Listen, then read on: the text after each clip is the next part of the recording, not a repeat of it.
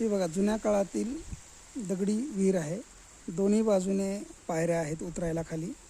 आणि ह्या बाजूला दिसते ते जुन्या काळात जी बैलांची मोट वापरली जायची ते वडवान म्हणायचे. आणि खाली जी मोट असायची ती इथून अशी खाली जायची आणि इथून पाणी वरती काढून इथं थारोळ्यामध्ये पाणी ओतलं जायचं. आणि त्या पद्धतीने दररोज शेतकऱ्याचं काम असायचं की विहिरीतलं पाणी म्हणजे मोटारचे आपले पंप इलेक्ट्रिसिटी येण्याच्या अगोदरचा काळ आहे, इंजिनच्या अगोदरचा. आणि त्यावेळेस हे पाणी इथं असं मोठ्याने खाली इथं पडायचं आणि त्या पद्धतीने परत दोर खाली जायचा, परत पाणी भरलं जायचं आणि परत इथं वरती ओतलं जायचं.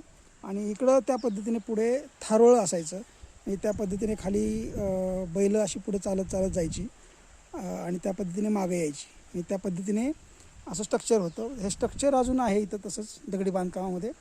आणि इथं आत्ता त्याच्याऐवजी काय झालेलं आहे की विद्युत पंप म्हणजे मोटार आहे.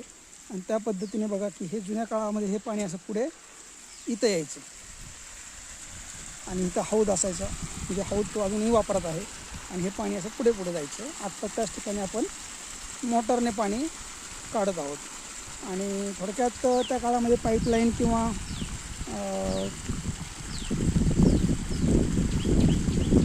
पाईपलाईनचा सिस्टीम नसल्यामुळं, मोटार पंप नसल्यामुळं त्या विहिरीच्या ह्याच्यावरती जेवढं काही त्याचं इलेवेशन असेल त्यानुसारच त्या भागामध्ये असे पलान म्हणायचे दंड तयार करून वगैरे शेती ही भिजली जायची. म्हणजे लिमिटेशन होते की आपण आत्ता जसं चढावरती पाणी नेतो तसं त्या काळामध्ये चढावरती पाणी जात नव्हतं. म्हणजे त्या ठिकाणची विहीर हे तेवढाच ठराविक भाग फक्त भिजवू शकत होती. आज आपण पाईपलाईन करून कुठल्याही भागामध्ये कुठेही जाऊन पाणी देऊ शकतो.